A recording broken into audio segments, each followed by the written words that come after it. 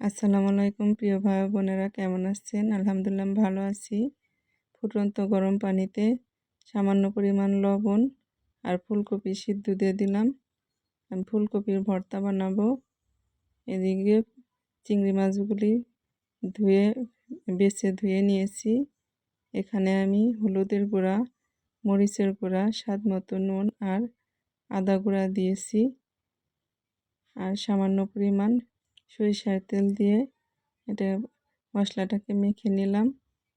এরপর মাছগুলি দিয়ে দিলাম, ভালো করে মেখে নেব, কিছুক্ষণ রেখে দিব মেখে। এদিকে আমার ফুলকপি সিদ্ধ হয়ে আসছে। আমি ভালো করে পানি টানাই নিচ্ছি যাতে নিচে পানি না থাকে। ভালো করে শুকনা মরিচ ভেজে নিলাম। এই তেলের মধ্যে আমি আটা দিয়ে দিলাম। আটা বা ময়দা যে কোনোটাই দিতে পারেন। মাছ ভাজার আগে দিলে মাছগুলি মচমচে হয় এবং কি ফ্রাই প্যানে লাগে না। এখন আমি ফুলকপি ভর্তা বানাবো। এখানে কাঁচা পেঁয়াজ, কাঁচা মরিচ, ধনিয়া পাতা আর শুকনা মরিচও দিয়ে দেব আমি ভর্তার মধ্যে। স্বাদ মতো নুন দিয়ে দিলাম, একটু ধনিয়া পাতাও দিলাম, একটু সরিষার তেল দিলাম। এখন ভালো করে চটকে চটকে মেখে নেব। এই তো আমার ফুলকপি ভর্তা শেষ।